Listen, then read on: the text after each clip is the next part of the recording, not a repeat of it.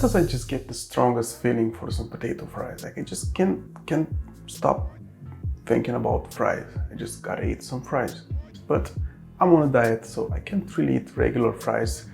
It's just too much oil there, so I usually just don't do that. But today I'm going to show you a healthy alternative to fries, which is actually the easiest, most delicious oven-baked crispy potato wedges you'll ever had. And I do mean the easiest. Like the prep time is just 5 minutes, and after that you just have to wait for them to actually get done in the oven. So there's nothing more I can say about this. Let's just jump right in. So we're going to start with 450 grams of potatoes that we need to wash first, because we're going to leave the skin on. So we have to make sure there's no dirt or other weird stuff around it. If you want this to be faster, you can just use a sponge with the rough side. Oh, and don't forget to wash your hands real good, especially in these times we're living in. Right, so we're going to cut our potatoes. You can start by cutting them in half and then each half in wedges. So in order for that to work better, you can use a larger potato so you get those nice big chunky wedges. Use 40 grams of butter that we're going to melt in the microwave as we need liquid. You can just leave it to cool off on the side. This is also a great time to preheat your oven. Do that for convection mode at 200 degrees Celsius. For the seasoning for our fries, we're going to be using 3 teaspoons of paprika, 2 teaspoons of garlic powder, and 2 teaspoons of oregano. But you can use whatever you like, this is just what I like. Half a teaspoon of pepper and 1 teaspoon of salt, or to taste. We'll combine all these together and we're going to be sprinkling over our fries. But it's important to do this before you add the other ingredients. So this way they get coated really well and they don't get stuck together. Once they're nice and coated, we can add our Parmesan. That's a minimum of 20 grams, but you're the master of your own Parmesan disaster. Shout out to Chef John.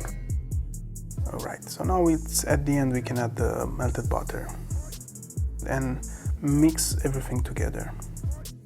I like doing it by hand because whenever I use a spatula they kind of get stuck together, all the condiments, so I don't really like that. Next we're gonna add them on a pan and make sure they're spaced out enough.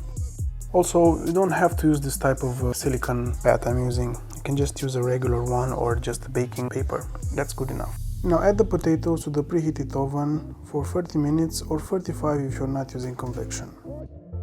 While those are baking up nicely, we get started on our sauce.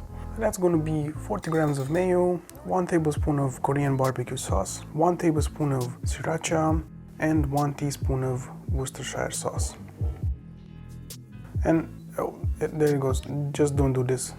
The thing I did is not a good idea. Usually I also add some ketchup and it gets a lot thicker, so I always add a bit of water to bring it to the consistency that I want. But in this case I actually ran out of ketchup and I didn't know that, so I kind of screwed up here. So don't do what I did, just ignore the water and add more ketchup. It needs to be thicker, so learn from my mistakes.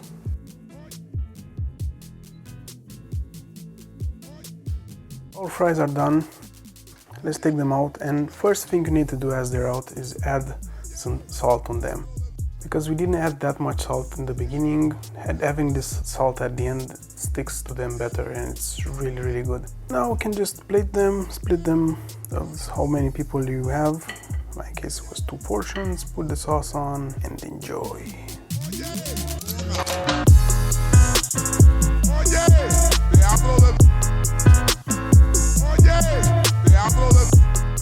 So there you go, crispy potato wedges, and the easiest way you can do them. Like this is the type of thing that you can just throw together if you don't have anything else in the fridge. It's that easy to do. You can experiment more with the sauce. The one I did is just an example, like an easy thing we can do with the stuff you should have in the fridge. Like everybody has sriracha and mayo.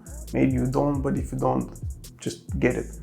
Like mayo lasts a long ass time. So if you have it in the fridge, you can use it in all type of situations. I wouldn't say like I'm a strong mayo eater, like a jar of mayo holds in the fridge for like 2 months or something. But it is very versatile. You can use it for sauces, you can use it as you saw with burgers, to basically help with toasting your buns. So yes, mayo is really versatile, and it's not just about slobber it all over your... I mean, I digress. This is not a video about the wonders of mayo. So as I said, that's crispy potato fries, super easy.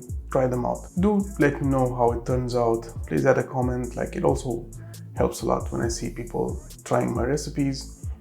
So as always, thank you for tuning in. Like, subscribe, share, and I'll see you next time.